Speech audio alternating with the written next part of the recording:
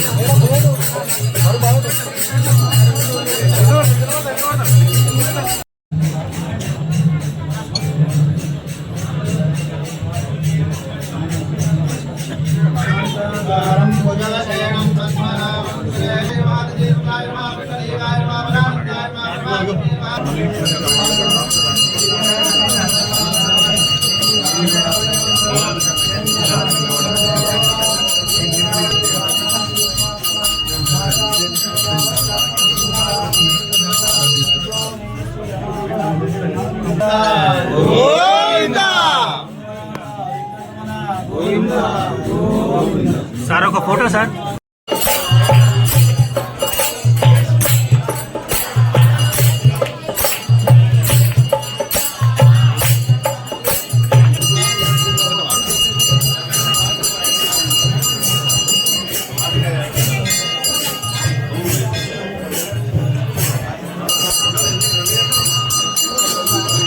అదే మళ్ళా